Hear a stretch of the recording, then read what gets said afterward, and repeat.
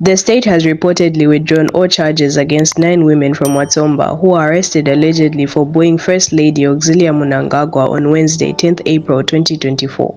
Welcome back to Zim News Live YTS, where we give you latest updates about what's transpiring in Zimbabwe. Before you go any further, don't forget to like, subscribe, and turn on the notification bell so that you don't miss any updates from our channel. It was alleged that the women bullied Mnangagwa during her address at Watsomba Business Center in Manicaland Province after they had failed to get some freebies which the First Lady was handing out as part of her charitable work. The women were detained at Mutare Central Police Station before being charged with disorderly conduct in a public place as defined in Section 41B of